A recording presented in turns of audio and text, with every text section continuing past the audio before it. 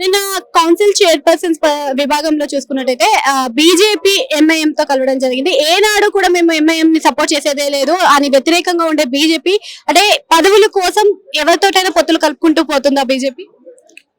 అవకాశం ప్రజలు ఇచ్చిన తర్వాత ఏ పార్టీ కట్టుబడి ఉంటే ఆ పార్టీకే ఉండాలి కౌన్సిలర్స్. ఎక్కడైతే హంగు ఏర్పడిందో అక్కడ బీజేపీ పార్టీ ఎంఐఎం పార్టీకి గాలం వేస్తుంది, ఎంఐఎం పార్టీ బీజేపీ పార్టీకి గాలం వేస్తుంది. ఇందులో భాగంగా మెయిన్ బడేవాయి చోటేవాయి అన్నట్టు రేవంత్ అన్న కూడా దానిలో భాగంలో ఉన్నాడు.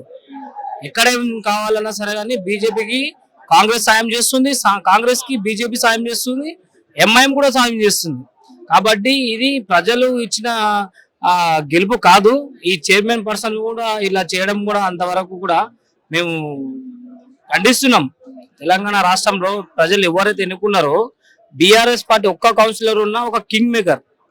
కాబట్టి కింగ్ మేకర్ ని బీఆర్ఎస్ కార్యకర్తని బీఆర్ఎస్ కౌన్సిలర్లు ఎవరు కూడా కొనగోలేరు. అంటే బీఆర్ఎస్ పార్టీ కూడా కలవడం జరిగింది కదా, మరి బీజేపీతో బీఆర్ఎస్ కలిసిందని అంటున్నారు కదా.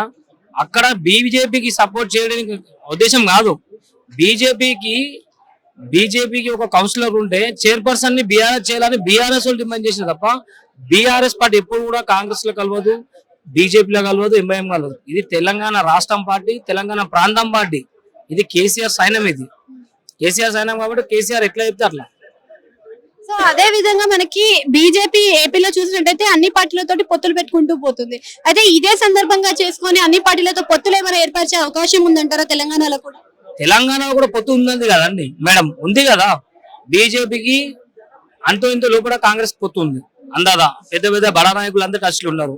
రేపు జరిగిపోయే ఎలక్షన్ లో బీజేపీ పార్టీ ఇక్కడ కూటమి అవుతుంది.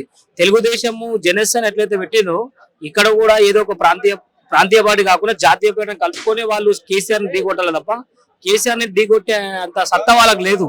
ఎన్ని పార్టీలు కలిసి వచ్చినా కేసీఆర్ అనే వ్యక్తి ఒక్కడు ఉంటే రాష్ట్రం మొత్తం వేస్తుంది. కేసీఆర్ ఎప్పుడైనా సరే రాష్ట్రానికి మళ్ళీ కాబోయే ముఖ్యమంత్రి అవుతాడు.